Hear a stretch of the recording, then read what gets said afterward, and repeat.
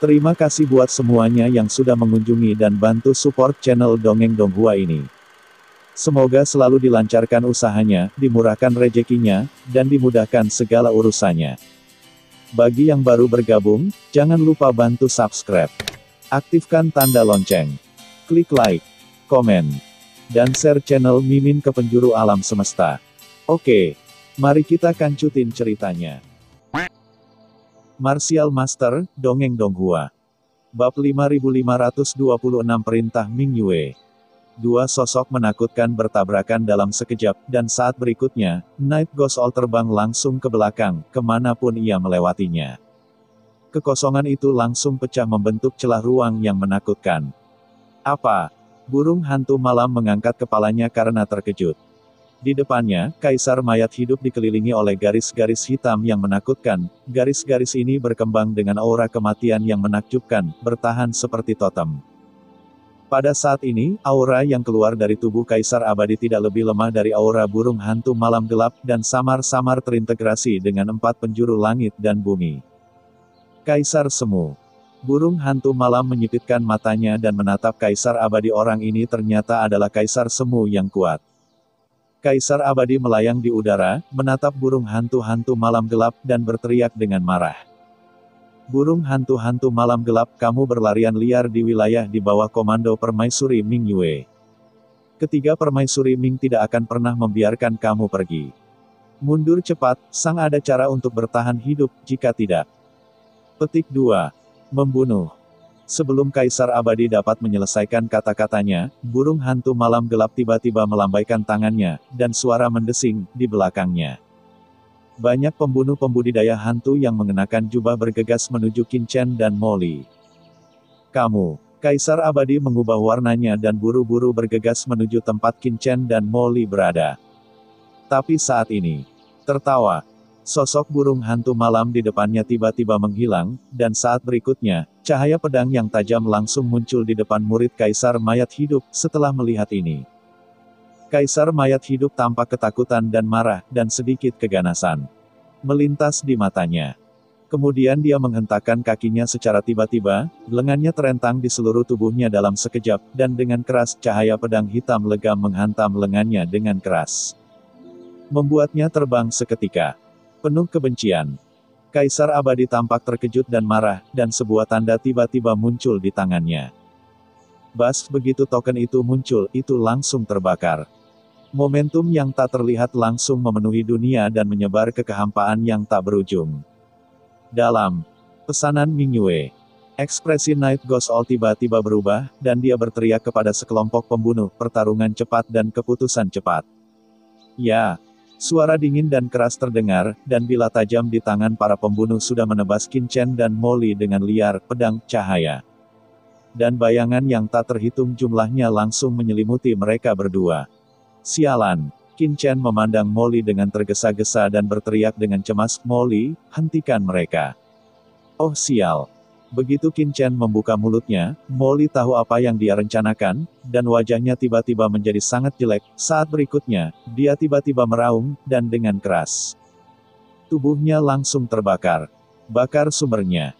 Dalam sekejap, aura di tubuh Molly meningkat dengan kecepatan yang mengkhawatirkan. Tidak mungkin, untuk menyembunyikan kekuatannya, Molly hanya bisa melakukan ini untuk memenuhi persyaratan Qin Chen. Ledakan. Bila tajam yang tak terhitung jumlahnya membombardir tubuh Molly, dan tubuh Molly terpelintir. Tubuhnya langsung terpotong-potong dengan darah dan darah, tetapi di permukaan tubuhnya, garis-garis sihir hitam yang aneh muncul. Garis-garis ajaib ini berisi aura jalan raya, dan mereka akan melakukannya.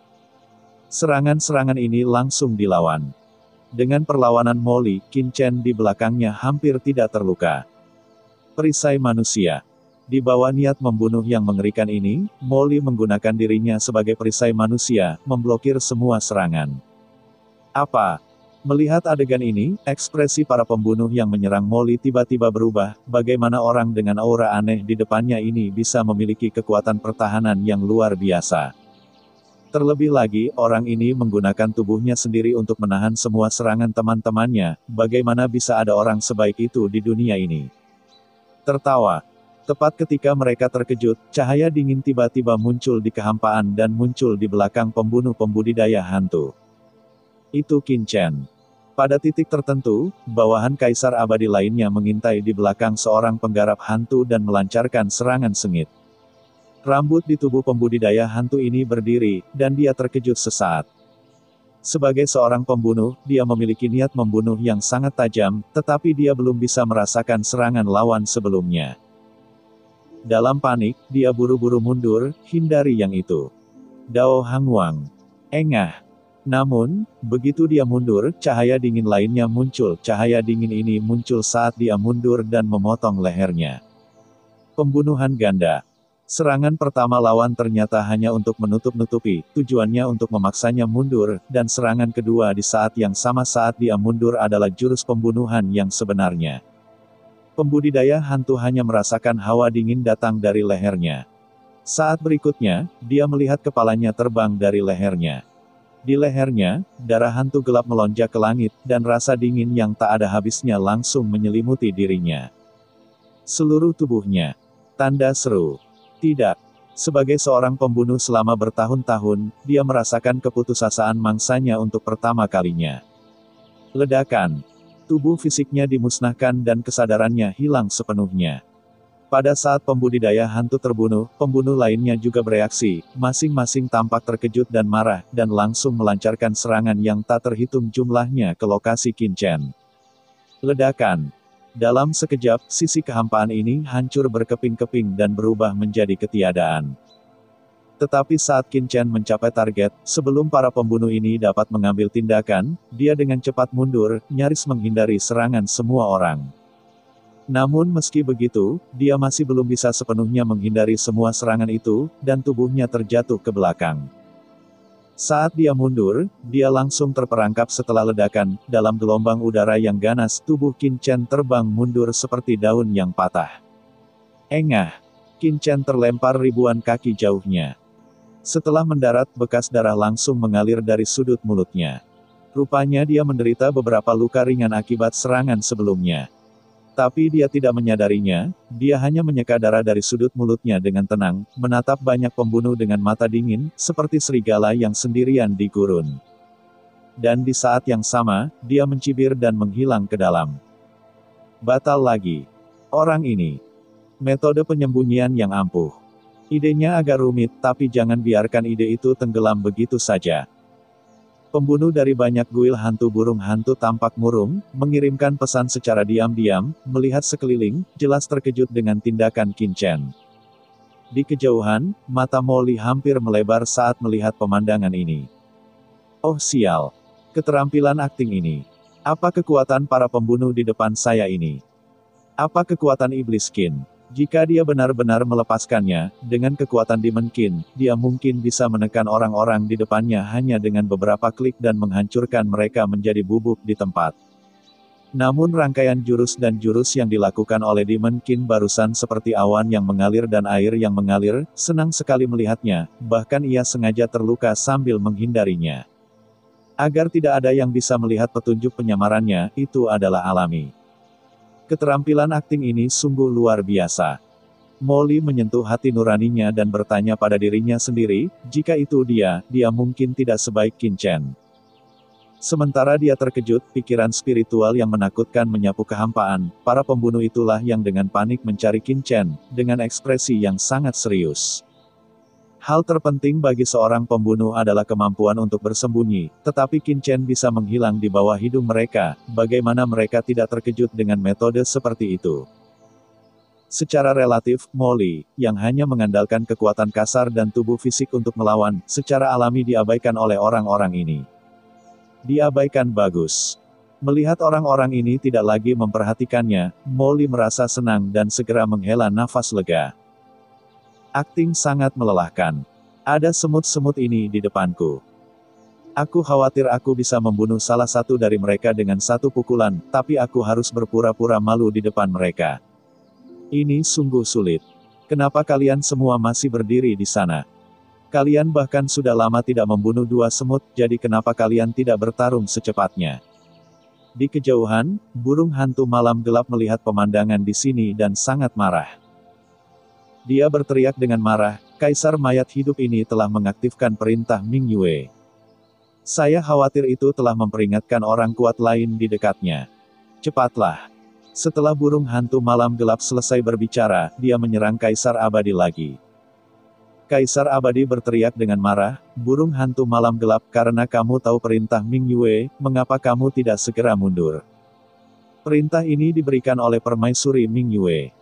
Setelah diaktifkan, selama itu adalah orang kuat di wilayah permaisuri Ming Yue, semuanya, tapi aku bisa merasakan bahwa kamu belum melakukannya.